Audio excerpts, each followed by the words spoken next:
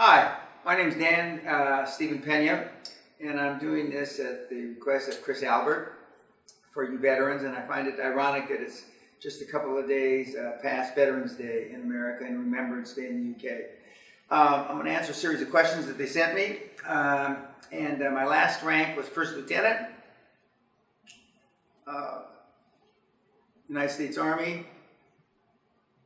My service history was I volunteered for the draft in June of 1966, which dates me, considering I just had my 70th birthday a few weeks ago. And I was released from active duty in September 1969, and I was officially released from inactive duty and my obligation to the United States Army in, I believe, July of 1973. I was just thinking that today, in preparation for this, I've actually served almost 5% of my whole life on active duty.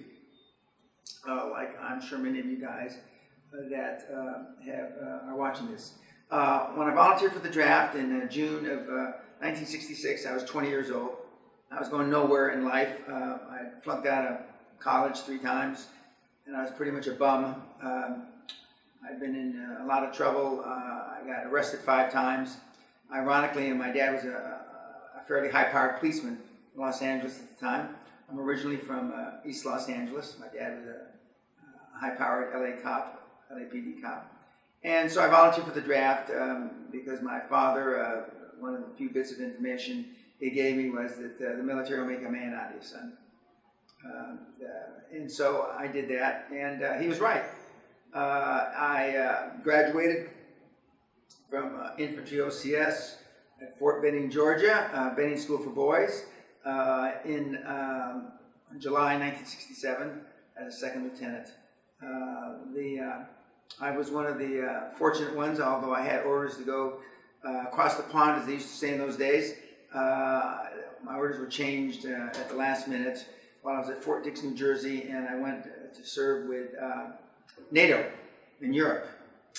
So of the 107 of my graduating class of Infantry OCS, 56th Company, 5th Battalion in OCS, I was one of the 7 that went to Europe. So as fortune would have it, I didn't serve in Vietnam. I served there until September of 1969, when I was discharged and I went back to school. It was an experience that I'll never forget, and I know a lot of you guys are having a rough time. And I'm not trying to compare my experience to yours, but when we got out of the service, it was not deemed politically correct to have been serving in the military during those years. They were rioting on campuses. They were shooting students on campuses, and so to be a serviceman being spit on and called not too nice names wasn't a joy. But we got through it, just as I'm sure you'll get through it. And the reason for this little talk that I'm giving you guys. What have I done since your military service, and what are you doing now? Well, when I got out of the service, I went back to school, and although I had flunked out 3 times prior, I went back to the same school. I had to get special probation to get back into school, and I wrote a nice letter, and in their infinite wisdom, or stupidity, depending on how you want to look at it, I think wisdom, they let me back into school, and I ultimately wound up graduating with honors. And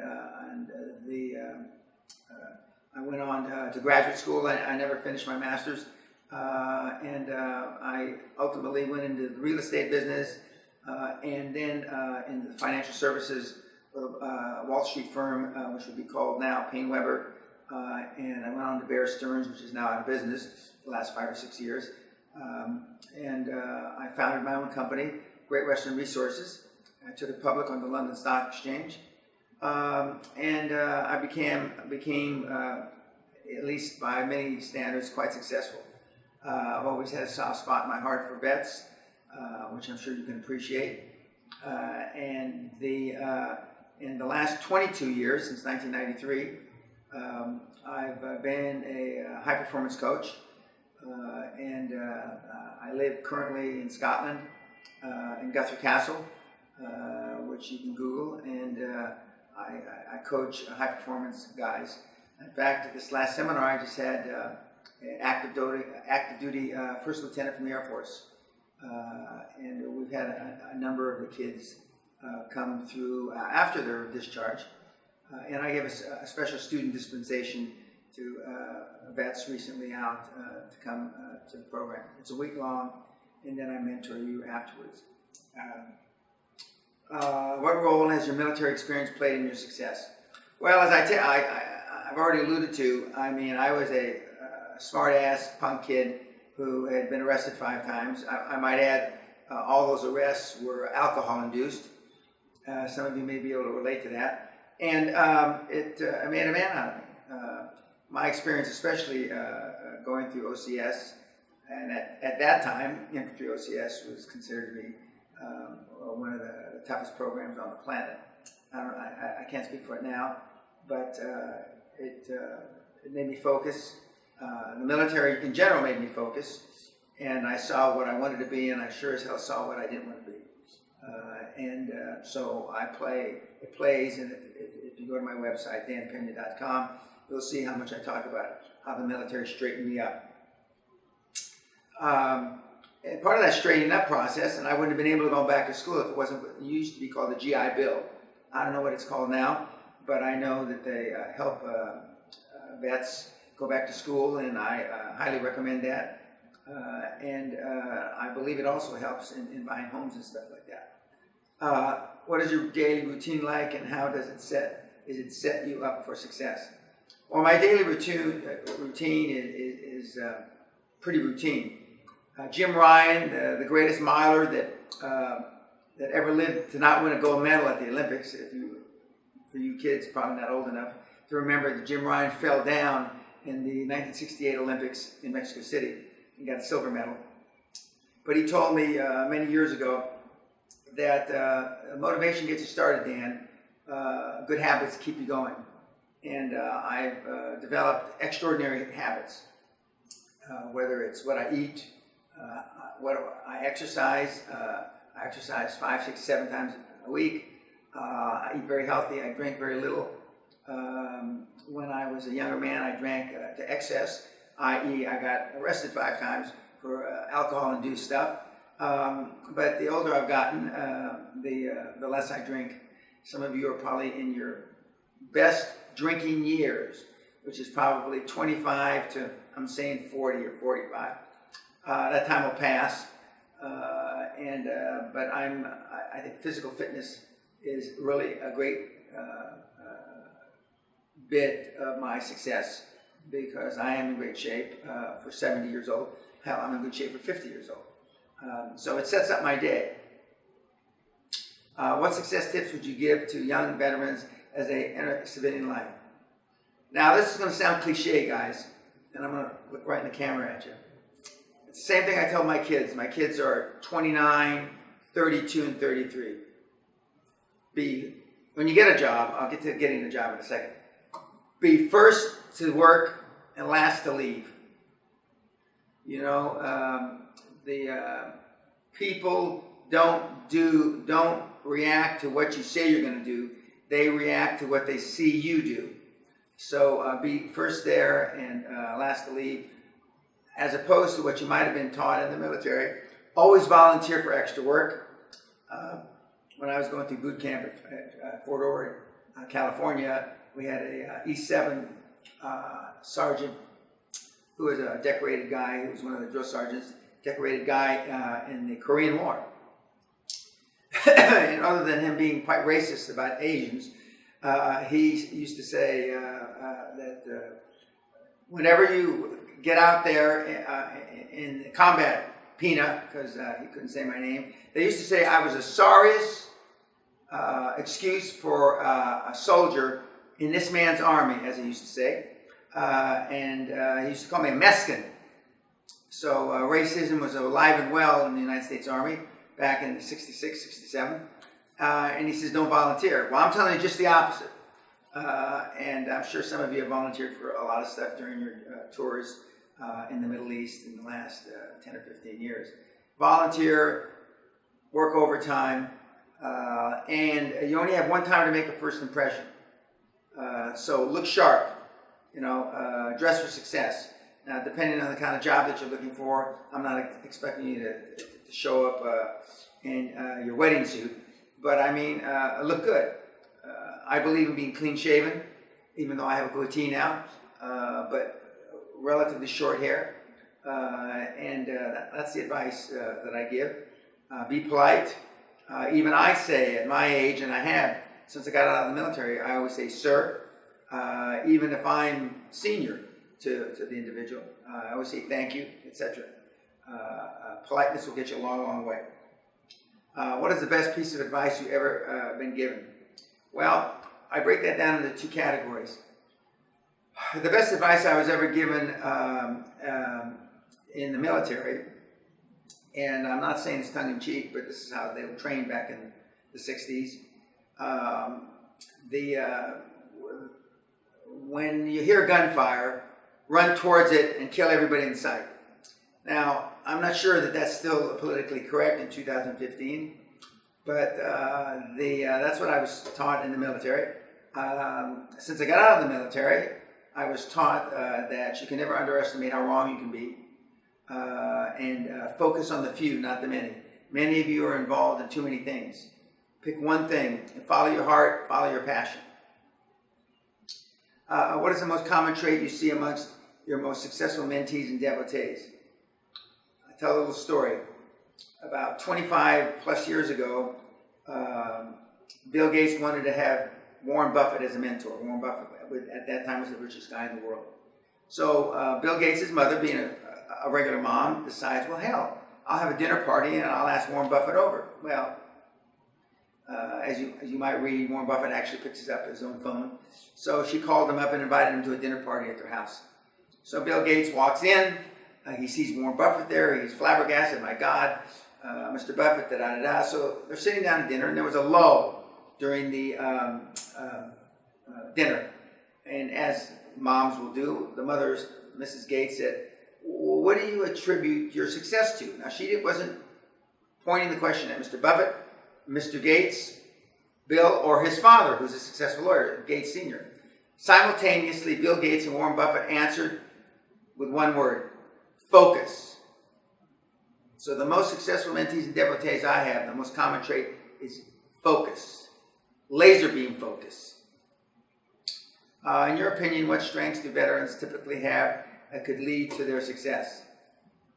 They've learned commitment, they've learned loyalty, and they've learned focus. I know that some of you guys and gals might not be that impressed with how the United States is treating our veterans. I certainly am not. And in fact, I'm just in the process of helping a young guy who was an E4 under my command get some veteran medical help because they've lost all the records for him. He's 3 years younger than I am. And so I'm writing a letter to the VA to one, verify that he was in my command, and I've actually contacted my XO, a guy named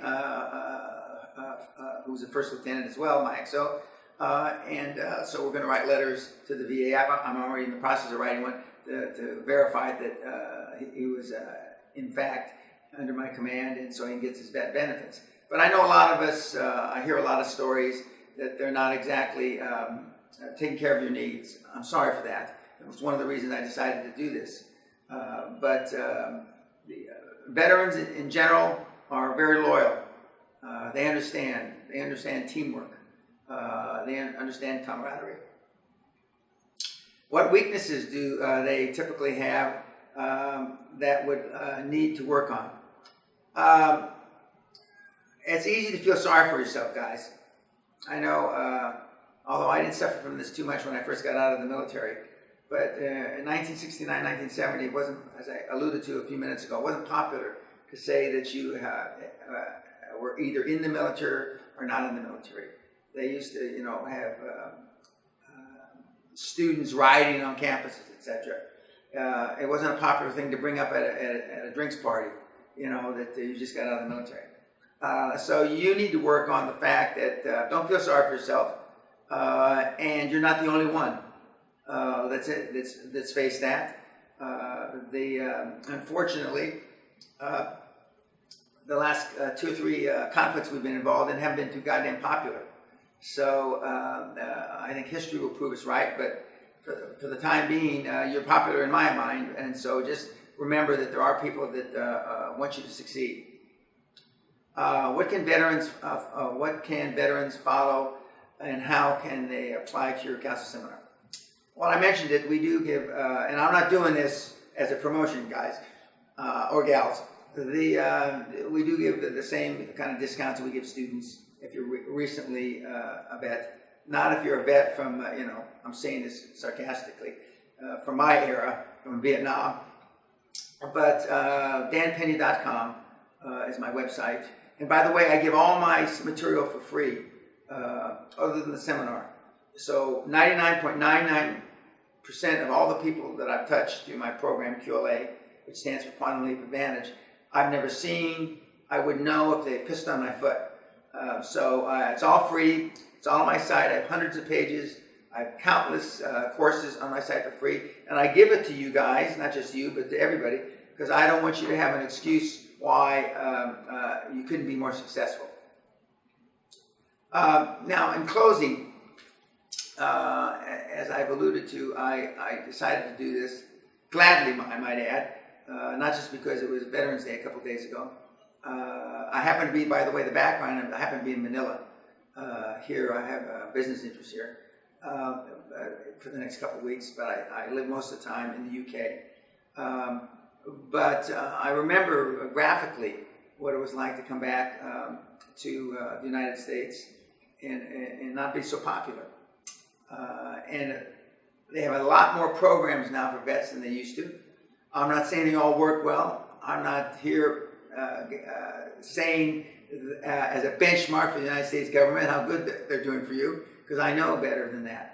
But it's like this letter that I'm writing for one of the guys that served with me many years ago. They've lost his records.